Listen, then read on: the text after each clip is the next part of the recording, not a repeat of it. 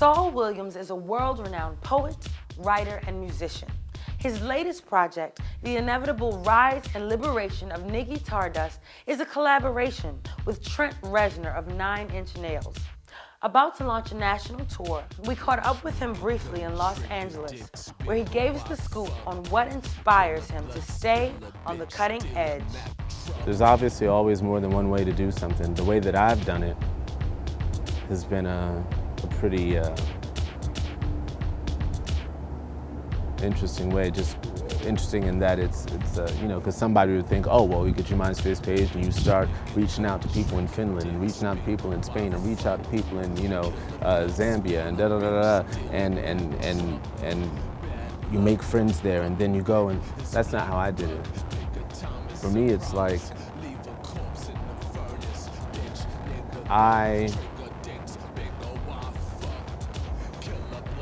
I kind of realized that I was a citizen of the world, and kind of just focused. I didn't focus on what are they doing over there. I started focusing more deeply on myself. It's kind of like if you have a well in your backyard to get your water from, and I have a well in my backyard to get my water from. We both are going to go to separate wells to get our water, but if we know anything about wells, we know that the deeper we go, the source of water is the same, you know? And that's the unifying force. So that instead of studying the world, I studied myself, and knew that by studying myself and reflecting that through my art, that people would see themselves in it. Like, that's me, or that's some shit that I identify with, because I realized that I'm everyone, you know? It's all in, you know? And so that started, I mean, it started before then, but the first public example of that was Slam, you know? And we decided to touch on themes that were universal themes, so that we told a story about a particular, like, thing, but it meant a lot more than what it simply was. But how do you do that? You know, well, you create the demand, right? So you make sure that your product is original. You know? And there's nothing more original. Like, you didn't create your fingerprints, or the shape of your nose, or your lips, or your teeth, and you didn't create any of that. So the most original thing that you've ever come across is actually yourself.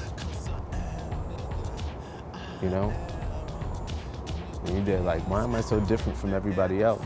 As opposed to, I'm so different from everybody else, yet I'm the same. And when your work reflects that, everybody else responds to it, because they know the same thing is true. But you need a manager, an agent, a lawyer. You need all that too. You gotta handle it like a business. You gotta hit it from every direction. My father was a Baptist minister, you know, at a time when, you know, like in the same way that every, you know, young black cat today is trying to be that next MC. You know, like, that was the ministry in my father's era. So he was one of many, you know, cats that would get up on a pulpit and freestyle about God, you know. And I grew up, you know, in the church, which means that it was, my dad actually worked with Dr. King and with Adam Clayton Powell. And I had people in my house like Odetta, to, you know, Pete Seeger, to Jesse Jackson, to Farrakhan, even, you know, Al Sharpton, whatever. They were all friends of my father's, and he was a part of, you know, that world. So I grew up schooled in, you know, what the civil rights movement was. You know, like, I was one of many kids, you know, in the 80s fighting to make, you know, I remember when Black History Month was Black History Week, you know, and it was a fight to make it nationally recognized, you know. And that's not because I'm old, it's because it's recent, you know, like it's just like 1980, you know what I'm saying? Like, it wasn't a long time ago. So I was influenced by all of it, you know, but I was mostly influenced by hip hop because I grew up in New York in the 80s.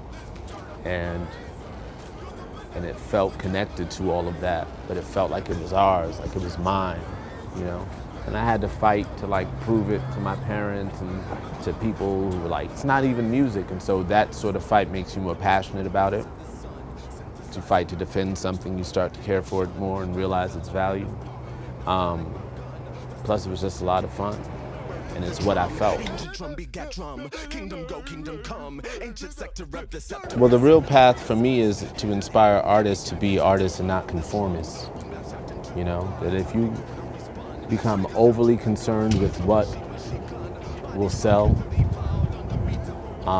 versus following your gut, because I believe that your gut will lead you to what will sell, you know? Your gut will lead you to what will sell. And if you trust your gut and know it, then you know that. But people who have inverse relationships with their gut, they could end up perpetuating the same bullshit that art is rallied to fight against, you know? Because art is always of the people.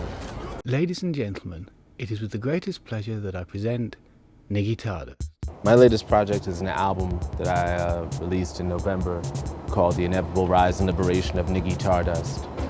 And I put it out as an experiment online where people had the opportunity to get it for free or to pay $5 and choose the bit rate and get a 33-page booklet of artwork and lyrics and all this stuff, whether for free or whether they pay it or not.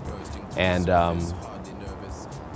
but what it really was a way for me to not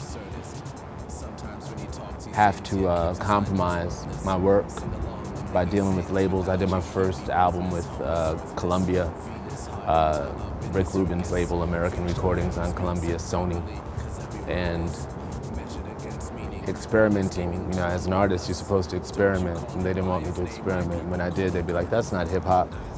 I'm like, "Where are you from? What are you talking about?" And it wasn't hip hop because I had a guitar in it, you know, or you know, just the things that we fight for to get the support that we need. And I've been blessed in that I know I could have a deal, you know, but with that deal comes this whole other thing of people in positions of power thinking they understand reality and how music should reflect that more than you, and thinking that they know how to earn a buck better than you or any of that stuff. Maybe I have issues with positions of authority, but like I said, my father was a pastor, and I don't believe that any of us need middlemen to talk to God. That I wanted it to be the most creative exploration of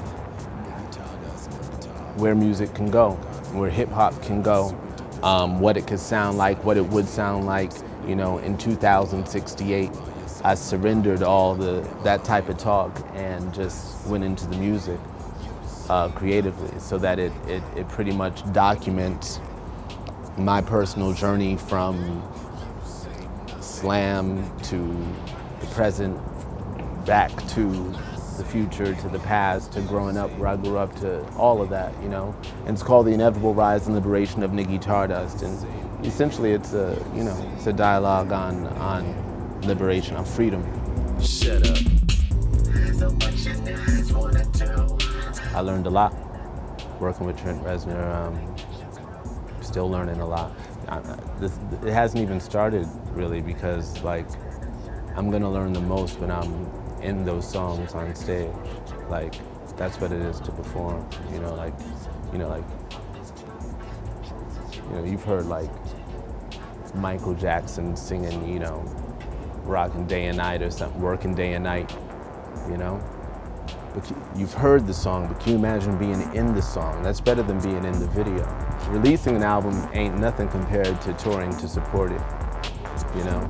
Because what I've hopefully created is, you know, a series of vortexes that will, you know, show me some shit I've never seen before. I don't really know if people will follow in my footsteps as far as how I chose to release the album, how many downloads I got, and how many people come to my MySpace page and all that. As far as the business side of it, I like where we are, and I think that it's looking good. But the other side of it is, this is what you can do with your integrity intact, and that's what I'm hoping people will follow.